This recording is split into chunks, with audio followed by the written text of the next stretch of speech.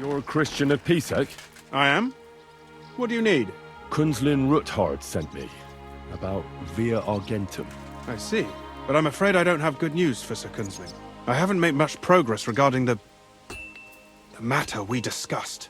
I just don't have the time to investigate.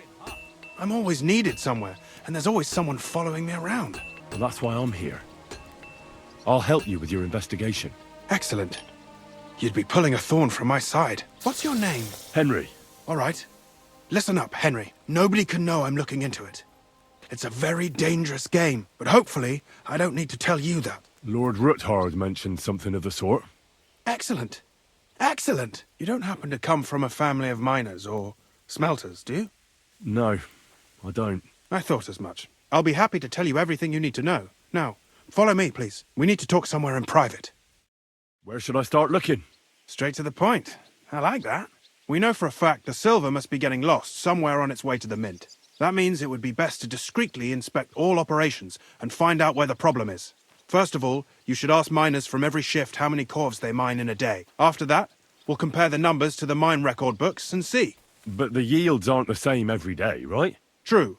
That's why we have to focus on one particular day. For example, the other day, on the Feast of St. Petronilla, Foreman Fett was beaming and bragging to me about how much he'd mined out. Couldn't I just ask Fett? Fett's job is to count the corves and write the amount down in the mine book. He won't tell you any other number. We're interested in what the miners themselves have to say. They've no reason to hide anything. Nevertheless, the miners are a strange bunch. They might not be very forthcoming at first, and they have an odd way of speaking. Like calling each other Sonny, however old they are.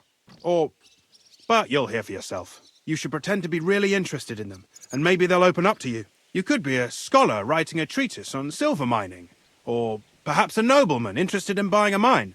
Or just say I'm your distant uncle who's initiating you into the ins and outs of my job. It's up to you. I'll behave like a true nobleman. Suit yourself. Just don't change your story so you don't arouse suspicion. But to the point, each day 3 shifts work in the shaft. Each has its foreman, or gaffer, as they say. The first shift is led by Frank, the second by Paul, and the third by Samko. You'll have to ask each one of them how many corves they mined. Samko's hewers should be off work now. You'll find the other 2 shifts in the mine. Take this, so the guards will let you in. It's a letter of safe conduct bearing my seal, allowing you free movement within the mine. And what are you going to do? I'll return to the estate to do my job. What else? I reckon they must be wondering where I am by now. Once you find out how many corves the 3 shifts mined on the Feast of St. Petronilla, return to me. We'll compare that number to the entry in the mine book. And don't forget, don't draw attention. I already know how many corves the crews extracted on the Feast of St. Petronilla. It was 100 altogether.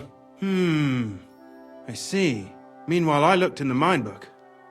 How many do you think it says there? I'd guess it's less. Then you'd be correct. The book lists 90 corves extracted. That means 10 corves of ore disappear each day. But nobody could just come along and take them. We keep a close watch on everything. The unreported corves must be going out to smelting works with the rest of the ore. That means... What does it mean? that this is fraud of colossal proportions, and that Foreman Fett and Herman the ore merchant are in it up to their ears. Should I go to them and accuse them? Well, accuse? We want to hear everything they know. That means you need to talk to them. But be very careful. Being involved in the theft of silver is a capital crime, so it should be in their own interest to cooperate. Make sure to promise them no one will know about their crime. You can mention my name. When you've talked to them, come back to me and we'll figure out what to do next. I talked to Fett and Herman. And? Did they confess? They did. I made them. It's just as we thought. The trail leads to the smelting works.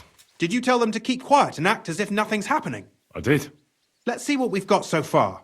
Those 10 unreported corves leave for the smelting works from here. If silver's going missing, that's where it must be happening.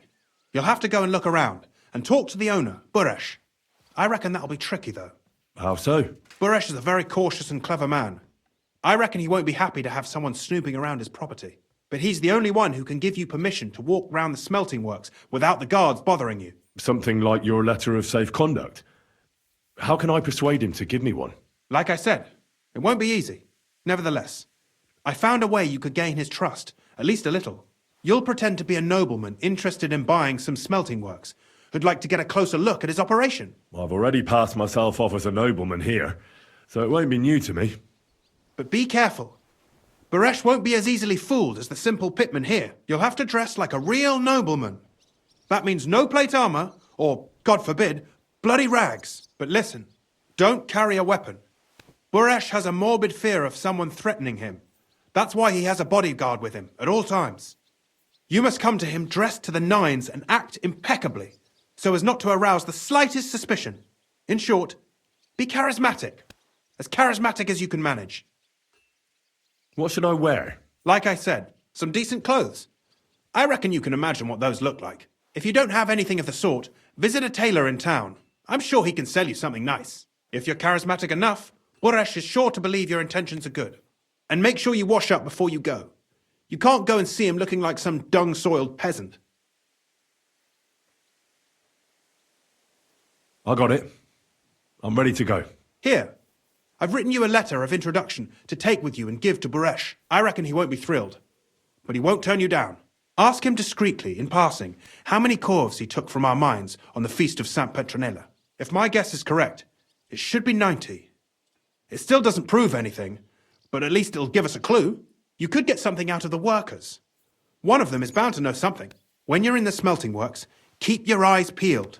I'm sure something is going on there. Good luck, Henry.